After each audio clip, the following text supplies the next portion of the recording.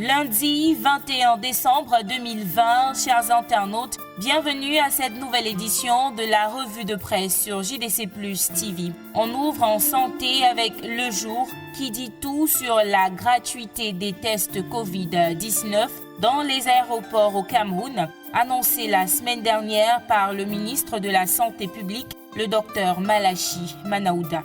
On reste avec Le Jour pour parler sport, précisément football, la CAN des moins de 20 ans. Le Cameroun s'est qualifié après la victoire du Congo sur la République démocratique du Congo. 2-1, c'était samedi dernier à Malabo. Cette victoire, précise le journal, fait du Cameroun premier de sa poule, la poule B, synonyme de ticket direct pour la compétition continentale qui se jouera en Mauritanie en 2021.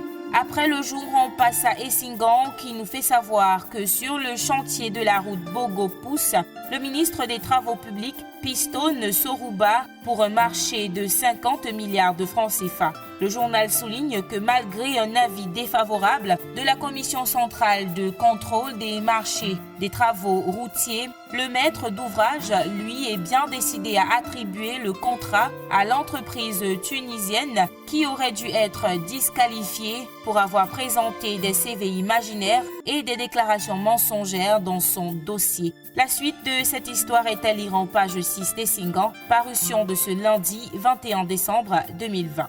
On passe à présent à Ecomatin qui présente sa personnalité pour l'année 2019. Il s'agit de son Excellence Abbas Mahamat Toli, gouverneur de la Banque des États d'Afrique centrale. Découvrez pourquoi la rédaction de ce journal d'économie et de finances a porté son choix sur cette personnalité en vous procurant une copie de son édition de ce lundi.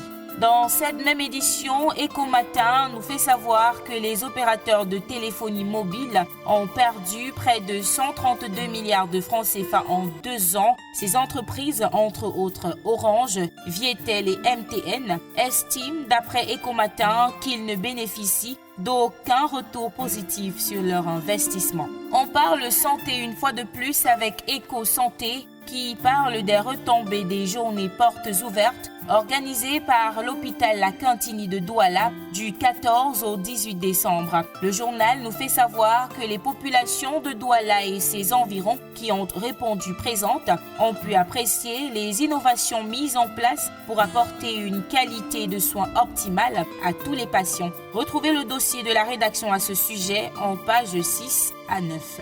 On termine avec Cameroun Tribune qui nous fait savoir que le président de la République redistribue les cartes pour les préfectorales. 4 décrets signés vendredi dernier portent respectivement nomination de secrétaires généraux des services de gouverneurs, d'inspecteurs généraux des services régionaux, de préfets et de sous-préfets. L'intégralité de ces textes est à retrouver en pages 2 à 5 de Cameroun Tribune, parution de ce lundi. Et voilà qui vient mettre un terme à cette édition de la revue de presse sur JDC Plus TV. Merci d'avoir regardé. On se dit à demain.